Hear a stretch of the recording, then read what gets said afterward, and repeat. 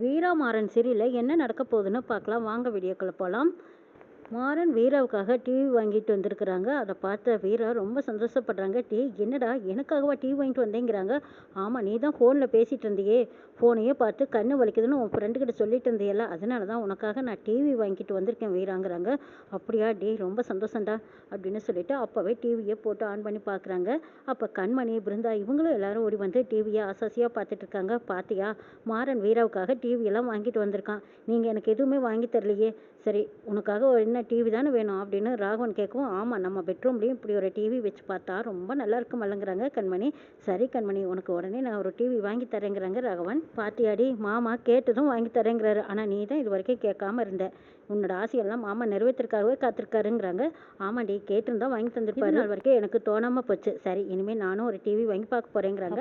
மாறனுக்கு அந்த witness phone பண்ணுறாரு, எனக்கு பணம் 50,000 ரூபா வேணுங்கிறாங்க. என்னடா உங்கள் அப்பா நோட்டு பணமா, நீ என்ன என்கிட்ட கொடுத்தா வச்சிருக்க, உடனே 50,000 வேணும்னு கேட்குற, கேட்டதும் கொடுக்க முடியுமான்னு கேட்குறாங்க மாறன். இதை பாரு மாறா, நியாயமாக கேட்டேன், நீ கொடுக்க மாட்டேன், அதுக்காகத்தான் உனக்கு ஒரு வீடியோ அனுப்பிச்சு வச்சிருக்கேன், நீ அதை பாருங்கிறாங்க. மாறனும் அந்த வீடியோவை ஆன் பண்ணி பார்க்குறாங்க. ஆன் பண்ணி பார்த்தா அதில் ராகவனும் இன்னொருத்தரும் பேசிகிட்டு இருக்காங்க.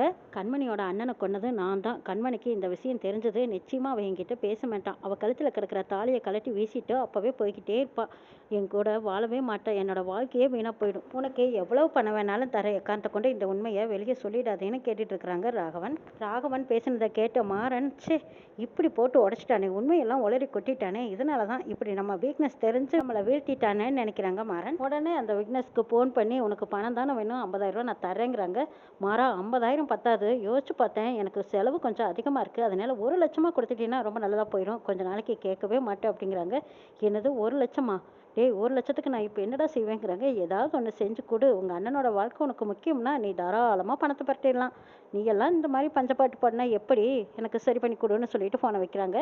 இதை உடனே மாறன் நினைக்கிறாங்க, ஐயோ 1,00,000க்கு நம்ம என்ன செய்யறது, ராகவன் கிட்ட சொன்னால் உடனே அப்பா கிட்ட உளறி கொட்டிடுவான், இந்த விஷயம் கண்மணிக்கு தெரிஞ்சால் நிச்சயமாக அவன் வாழ்க்கையே வீணாக போயிடும். சரி, இதுக்கு சரியான ஆள் நம்ம அத்தை கிட்ட தான் சொல்லணும், அத்தை கிட்ட சொல்லி தான் பணத்தை வாங்கணும்னு சொல்லிட்டு போய் வள்ளியம்மாவை கூப்பிட்டு, இந்த அத்தை பணம் எனக்கு 1,00,000 ரூபா வேணுங்கிறாங்க. மாறா, நீ எப்போ கேட்பீன்னு நான் காத்துக்கிட்டே இருந்தேன், 1,00,000 என்ன, இன்னும் வேணாலும் கேளுடா, உனக்கு வேணுங்கிறத நான் தரேன், நீ சொந்தமாக பிஸ்னஸ் பண்ணுறேன், என் பசங்களுக்கு இல்லாததா நான் அள்ளி கொடுக்க தயாராக இருக்கேன், கேளுங்கடா, நான் இன்னும் வேணாலும் தரேங்கிறாங்க. அத்தை, இது எனக்கு இல்லை, ராகவன் பண்ண தப்புக்கு அந்த விட்னஸ் இப்படி மிரட்டி பணம் வாங்கிட்டு இருக்கான், அவனுக்கு தான் நான் கொடுக்குறக்காக உங்ககிட்ட கேட்டேங்கிறாங்க. என்னடா மாறா சொல்கிற, பணம் போனாலும் போயிட்டு போகுது, ஆனால் ராகவனோட வாழ்க்கை இப்போ தான் நல்லா இருக்குது, கண்மணியும் இப்போ தான் ராகவனையும் குடும்பத்தையும் புரிஞ்சுக்கிட்டு ஒழுங்காக இருக்கா, இந்த நேரம் பார்த்து இவன் வேற இப்படி கோட்டு விடுறானடா, குடும்பம் கலைஞ்சிட்டா என்னடா செய்கிறது, குடும்பத்தில் இப்போ தான் எல்லாரும் நிம்மதியாக இருக்கும்னு நினச்சோம், இந்த விஜய் பண்ணுறதை கூட தாங்கிக்கலாம், ஆனால் இந்த மாதிரி பிரச்சனை வந்தா குடும்பம் ரெண்டு பட்டுட்டா என்னடா செய்கிறதுன்னு வள்ளி வருத்தப்படுறாங்க. மாறா, இந்த விஷயத்த நம்ம வீரா கிட்ட சொல்லிடலாங்கிறாங்க. மாறன் சொல்கிறாங்க, இல்லத்தை, இது நான் சம்மந்தப்பட்ட விஷயங்கிறதுனால இது வீராவுக்கு தெரிய வேண்டாம், நம்மளே சமாளிச்சிடலாம், அந்த குடும்பம் நம்மளால தான் பாதிக்கப்பட்டிருக்குதுங்கிறாங்க மாறன். இல்லைடா, இருந்தாலும் வீரா ஏதாவது ஒரு நல்ல முடிவு எடுப்பா, அவள் கோச்சிக்க மாட்டாங்கிறாங்க வள்ளிமா. அத்தை, இது நம்ம வீட்டு பிரச்சனை, நம்மளே பார்த்துக்கலாம், வீராவுக்கெல்லாம் தெரிய வேண்டாம்னு சொல்லிட்டு இருக்கும்போதே வீரா வந்துடுறாங்க. என்ன அத்தையும் மருமகனும் என்னமோ பேசிகிட்டு இருக்கீங்க, என்ன விஷயமா பேசுகிறீங்கன்னு கேட்குறாங்க. அதெல்லாம் ஒன்றும் இல்லை வீரா, அத்தை ஏதோ புலம்பிக்கிட்டு இருக்கு அவ்வளோதான் அப்படின்னு மாறன் சொல்லி சமாளிக்கிறாங்க. அப்படியா வள்ளியம்மா, அவங்க மருமகன் டிவி வாங்கிட்டு வந்திருக்காரு, வாங்க வந்து பார்க்கலாம் வாங்கன்னு கூட்டிகிட்டு போகிறாங்க. வள்ளியம்மா ஏதோ ஒரு யோசனையில் எதையோ பறிகொடுத்த மாதிரியே இந்த ராகவன் வாழ்க்கை இப்படி ஆகிப்போச்சேன்னு வருத்தத்தோடு போயிட்டு, நல்லா இருக்குது வீரா அப்படின்னு பேச்சுக்கு சொல்லி வச்சுட்டு வெளியில் வராங்க. இதை பார்த்து கவனித்த வீரா, என்ன வள்ளியம்மாவோட முகமே சரியில்லையே, அநேகமாக இந்த மாறன் டிவி வாங்கிட்டு வந்ததுக்கு நிச்சயமாக சந்தோஷப்பட வேண்டிய முதல் ஆளே வள்ளியம்மா தான், ஆனால் பட்டும் படாமல் பேசிட்டு போகிறாங்க. வேறு ஏதோ பிரச்சனை நடந்திருக்கு, என்ன பிரச்சனைன்னு தெரிஞ்சுக்கணுன்ட்டு கண்மணிகிட்ட கேட்குறாங்க. வீட்டுக்குள்ளே ஏதாவது பிரச்சனையாங்கிறாங்க. அதெல்லாம் எதுவும் இல்லையே, எல்லாம் நல்லா தானே இருக்கோங்கிறாங்க கண்மணி. வீராவுக்கு அப்போவும் சந்தேகம் விடலை. உடனே வள்ளியம்மா கிட்ட வந்து கேட்குறாங்க, வள்ளியம்மா உண்மையை சொல்லுங்கள், என்ன நடந்தது, ஏன் இப்படி சோகமாக இருக்கீங்க, எதையும் பறிகொடுத்த மாதிரி இருக்கீங்களே, என்கிட்ட சொல்ல போகிறீங்களா இல்லையான்னு கேட்குறாங்க. வீரா பிடிவாதமாக வள்ளியம்மா கிட்ட கேட்டதும் வள்ளியம்மா மாறன் சொன்ன விஷயங்கள் அத்தனையும் சொல்லிடுறாங்க. இதை கேட்ட வீரா ஆவேசத்தில் கோவப்படுறாங்க. ஓஹோ, திரும்பவும் அவன் பிளாக்மெயில் பண்ண ஆரம்பிச்சிட்டானா, பணம் கேட்டு நச்சரிக்கிறானா, வள்ளியம்மா நீங்கள் இதை விடுங்க, நான் பார்த்துக்கிறேங்கிறாங்க வீரா. வீரா, இதனால் பிரச்சனை வந்துட போகுது, இந்த விஷயம் மாறன் உனக்கு தெரியக்கூடாதுன்னு சொன்னாங்கிறாங்க. அப்படியா, சரி, அவன் தெரியாமல் வேணா வச்சுருந்துட்டு போகிறான், ஆனால் எனக்கு இந்த விஷயம் தெரிஞ்சிருச்சுல்ல, என்ன நடக்க போகுதுன்னு மட்டும் பாருங்கள், எல்லாம் நான் பார்த்துக்கிறேன் வள்ளியம்மா, நீங்கள் ஒன்றும் கவலைப்படாதீங்க, இதை பற்றியெல்லாம் நினச்சி நீங்கள் கவலைப்படக்கூடாதுன்னு போய் நிம்மதியாக தூங்கி எந்திரிங்க போங்க வள்ளியம்மா அப்படின்னு சொல்லி அனுப்புகிறாங்க வீரா. அடுத்த நாள் காலையில் விஜய் கார்த்தியை கூட்டிகிட்டு செக்கப்புக்கு போயிருக்காங்க. டாக்டர் விஜயும் கார்த்தியும் பார்த்துட்டு, அடடே வாங்க வாங்க, இப்போ எப்படி இருக்கீங்க, உடம்புக்கு பரவாயில்லையா, செக்கப் பார்த்துக்கலாமாங்கிறாங்க. ஆமாம் டாக்டர், செக்கப்புக்காக தான் வந்திருக்கேன். கார்த்தி மச்சான் நீங்களும் வாங்க. 2 பேரும் வந்து டாக்டரை பார்க்குறாங்க. டாக்டர் பார்த்துட்டு நல்லா விசாரிச்சுட்டு நர்ஸை கூப்பிட்டு இவங்களுக்கு போய் செக்கப் பண்ணிட்டு வாங்கங்கிறாங்க. நர்ஸ் விஜயை கூட்டிகிட்டு போகிறாங்க. கார்த்தி மச்சான் நீங்களும் என் கூட வாங்க, உங்கள் வீட்டு வாரிசு எப்படி வளருதுன்னு நீங்களும் தெரிஞ்சுக்கலாமல்ல அப்படின்னு சொல்லிட்டு கார்த்தியும் கையோட கூட்டிகிட்டு போகிறாங்க. அப்போ மாறன் வீரா 2 பேரும் டாக்டரை பார்க்குறக்காக வந்திருக்காங்க. மாறன் வந்ததும் டாக்டர் கிட்ட உண்மையை சொல்லுங்கள் டாக்டர், நீங்கள் எத்தனை வருஷமாக எங்கள் குடும்ப டாக்டராக இருக்கீங்க, நீங்களே எங்கள் கிட்ட மறைக்கலாமா? அந்த விஜய் என்ன சொல்லி இப்படி நடிச்சிட்டு இருக்கா, சொல்ல போறீங்களா இல்லையா அப்படிங்கிறாங்க. அதுவா அப்படின்னு டாக்டர் சொல்ல வர்றாங்க. அவங்க கரெக்டாக விஜய் ரூம்குள்ளே வந்துடுறாங்க. செக்கப் முடிஞ்சுதா அப்படின்னு கேட்கவும், அதெல்லாம் செக்கப் முடிஞ்சுது, டாக்டரை பார்த்து பேசிட்டு போகலான்னு வந்தோம். நீங்களும் டாக்டரை பார்க்கத்தான் வந்தீங்களா? உங்கள் வீட்டு வாரிசு எப்படி இருக்குன்னு தெரிஞ்சுக்கலான்னு வந்தீங்களான்னு கேட்குறாங்க விஜய். வீரமாறன் 2 பேரும் எதுவும் பேசாமல் அமைதியாக விஜயவே முறைச்சிட்டு இருக்கிறாங்க.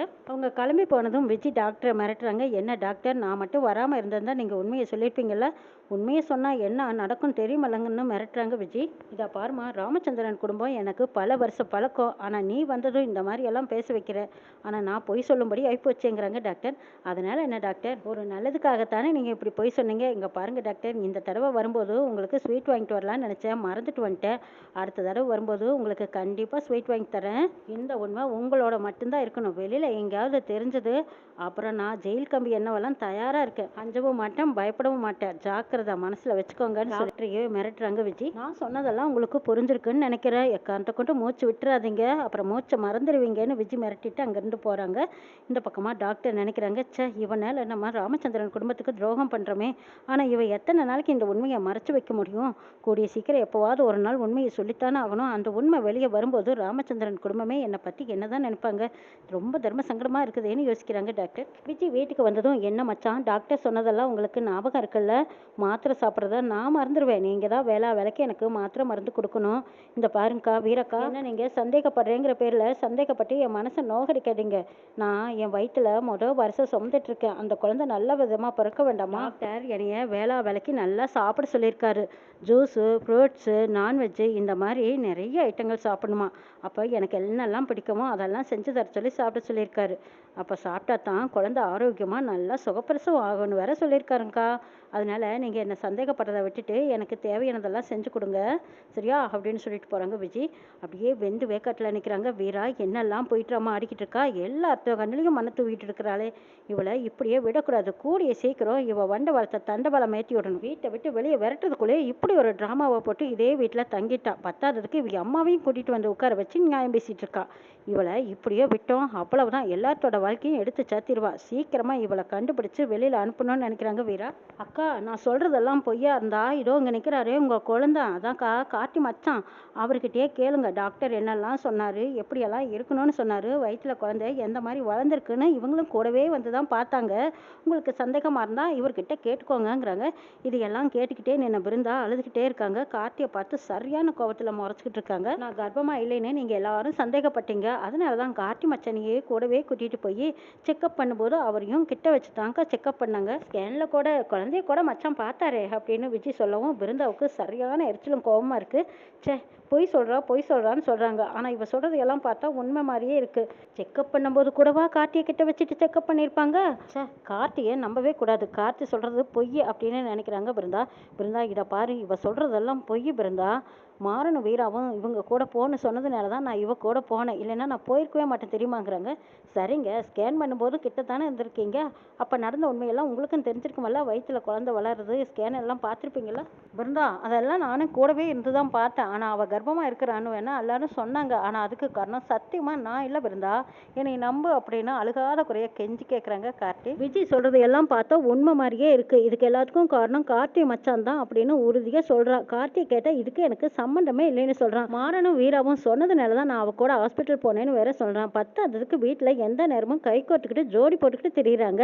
ஆனால் இப்போ சொல்கிறதெல்லாம் பொய்ன்னு இவன் சொல்கிறான். எதை நம்புறது எதை விடுறதுன்னே தெரியலையே. எல்லாருமே சேர்ந்து என்ன தான் பைத்தியக்காரி ஆக்குறாங்க. நான் இருக்கிறதும் ஒன்று சாவறதும் ஒன்றுன்னு பிருந்தா மனசு விட்டு பேசிகிட்டு இருக்கிறாங்க. பிருந்தா குழப்பத்தில் கலங்கி போய் நிற்கிறத பார்த்த வீரா சொல்கிறாங்க, இதா பார் பிருந்தா, கார்த்தி சொல்கிறதெல்லாம் தான் உண்மை, கார்த்திகை நீ நம்பு, விஜய் சொல்கிறதெல்லாம் பொய். விஜய் சொல்கிறது உண்மையாக பொய்யான்னு தெரிஞ்சுக்கிறதுக்காக நாங்கள் டாக்டரை போய் பார்த்தோம். டாக்டர்கிட்ட உண்மை என்னன்னு கேட்கும்போது அவர் தடுமாறி பதில் சொல்ல முடியாம தவிச்சுக்கிட்டு இருந்தாரு. அப்ப கரெக்டா உண்மையை சொல்லலான்னு வரும்போது விஜயும் வந்துட்டா. விஜி வந்ததும், என்ன டாக்டர், உண்மையை சொல்ல போறீங்களா அப்படிங்கிற ஒரு பாவனையில தான் அவ கேட்டா. அவ கேட்டதை கேட்டதும் டாக்டரே பயந்து நடுங்கி நின்னார். இவளுக்கும் அந்த டாக்டருக்கு ஏதோ ஒரு டீல் இருக்கு. அதனாலதான் இவளை பார்த்து அந்த டாக்டரே பயந்துட்டு இருக்காங்க. இவெல்லாம் ஒரு பிஸ்கட், இவளை கண்டெல்லாம் பயக்கணுங்கிற அவசியமே இல்லை டாக்டர். ஆனா ஏன் இவளை கண்டு இப்படி பயந்து நடுங்குறாருன்னு தான் தெரியல. கூடிய சீக்கிரம் விஜயை பத்தின உண்மையை கண்டுபிடிக்கணும்னு வீரா புயலா